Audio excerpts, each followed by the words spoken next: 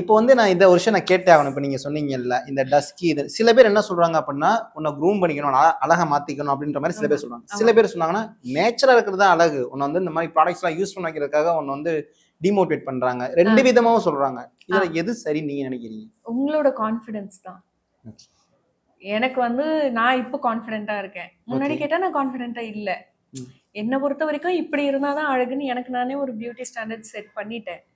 அதனால எனக்கு கான்ஃபிடன்ஸ் இல்லாததுனால என்ன இப்போ கொஞ்சம் க்ரூம் பண்ண ஆரம்பிச்சதுக்கு அப்புறமா இன்னைக்கு நான் இன்ஃபேக்ட் நான் இதுவே போடல, ஃபவுண்டேஷனே போடல, கன்சீலர் அண்ட் பவுடர் மட்டும் போட்டே என் ஸ்கின் இன்னைக்கு கொஞ்சம் பெட்டரா இருக்கு.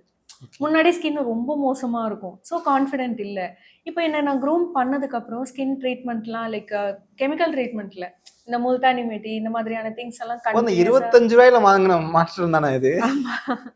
அப்புறம் சப்ளிமெண்ட்ஸ் இந்த ஒமேகா ஆயில், ஏன்னா நான் வெஜிடேரியன், ஸோ இந்த ஒமேகா ஆயில் சப்ளிமெண்ட்டாக எடுக்கிறது, அப்புறம் பிளட் டெஸ்ட் எடுத்து என்னென்ன விட்டமின்ஸ் கம்மியாக இருக்குது இதெல்லாம் செக் பண்ணி கொஞ்சம் அந்த இன்டர்னலாக கொஞ்சம் ஹெல்த்தியாக ஆனதுக்கப்புறம் என் ஃபேஸில் க்ளோ வந்தது.